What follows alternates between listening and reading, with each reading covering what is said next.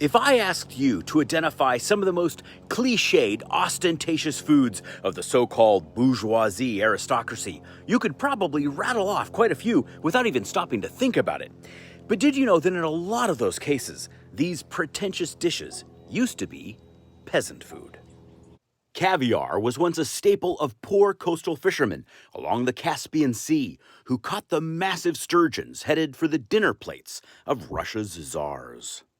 Far less expensive than the fish itself, the church considered this bycatch a fasting food for holy days.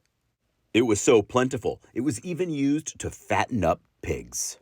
Today, caviar is a global delicacy that can go for nearly $1,000 an ounce, and many sturgeon species are now at risk of extinction.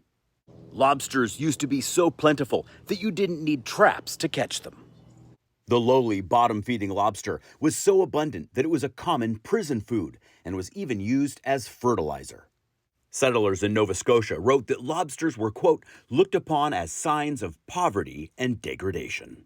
Even into the 20th century, poor New England schoolchildren were ashamed to find lobster sandwiches in their lunchboxes. As recently as World War II, lobster meat was commonly found in the tins of U.S. soldiers. But once its numbers decreased, lobster suddenly went from a ubiquitous staple of the poor to a highly sought-after item on high-end dining menus. And when it comes to seafood, the lobster isn't alone. Both clams and oysters used to be, quote, among the delicacies of the poor, end quote, and not appropriate fare for public consumption.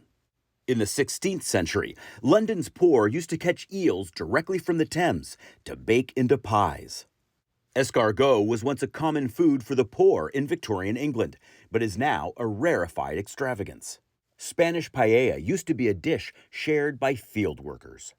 Cassoulet started out as a hodgepodge of leftovers used to feed hungry soldiers at a military siege. And French peasants used to soak tough slabs of beef in red wine to break them down until they became edible. Today, we call the dish boeuf bourguignon.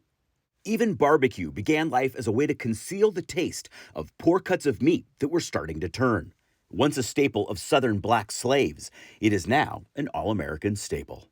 Which leads to an all too obvious and often tragic conclusion. The most unfortunate thing about this is that these foods have now been co-opted by the upper classes and are rarely accessible to the very people who once relied on them to survive. Stay curious, my friends.